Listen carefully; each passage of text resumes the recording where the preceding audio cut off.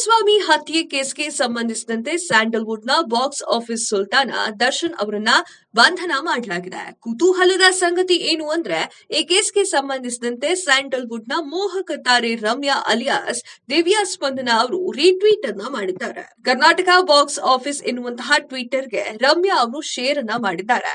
Section 302ರ ಅಡಿಯಲ್ಲಿ ದರ್ಶನ್ ಅವರಿಗೆ ಜೀವವಾದಿ ಶಿಕ್ಷೆಯಾಗುವಂತಹ ಸಾಧ್ಯತೆ ಇದೆ. ಸಂತ್ರಸ್ತರಿಗೆ ಸಿಗಬೇಕಾದ ನ್ಯಾಯ ಸಿಗುತ್ತೆ ಅಂತ ಆಶಿಸುವೆ ಅಂತ ಹೇಳಿ ಕರ್ನಾಟಕ ಬಾಕ್ಸ್ ಆಫೀಸ್ ಟ್ವೀಟ್ ಮಾಡಿದ್ದು ಅದನ್ನ ರಮ್ಯಾ ಅವರು ಶೇರ್ ಮಾಡಿಕೊಂಡಿದ್ದಾರೆ.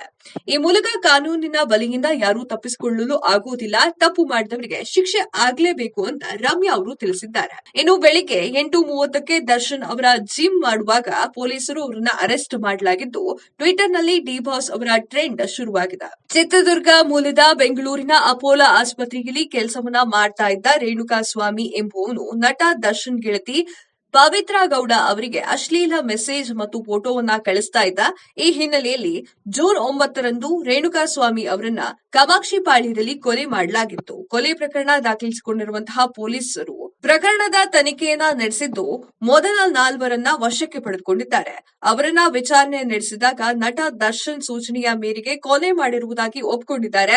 ಅಲ್ಲದೆ ಘಟನೆ ನಡೆಯುವ ವೇಳೆ ಸ್ಥಳದಲ್ಲಿ ನಟ ದರ್ಶನ್ ಕೂಡ ಇದ್ರು ಎನ್ನುವಂತಹ ಮಾಹಿತಿ ಪೊಲೀಸರಿಗೆ ತಿಳಿದಿದೆ. ಈ ಹಿನ್ನೆಲೆಯಲ್ಲಿ ಸದ್ಯ ಪೊಲೀಸರು ಆರೋಪಿ ನಟ ದರ್ಶನ್ ಅವರನ್ನ ಬಂಧನ ಮಾಡಿದ್ದಾರೆ.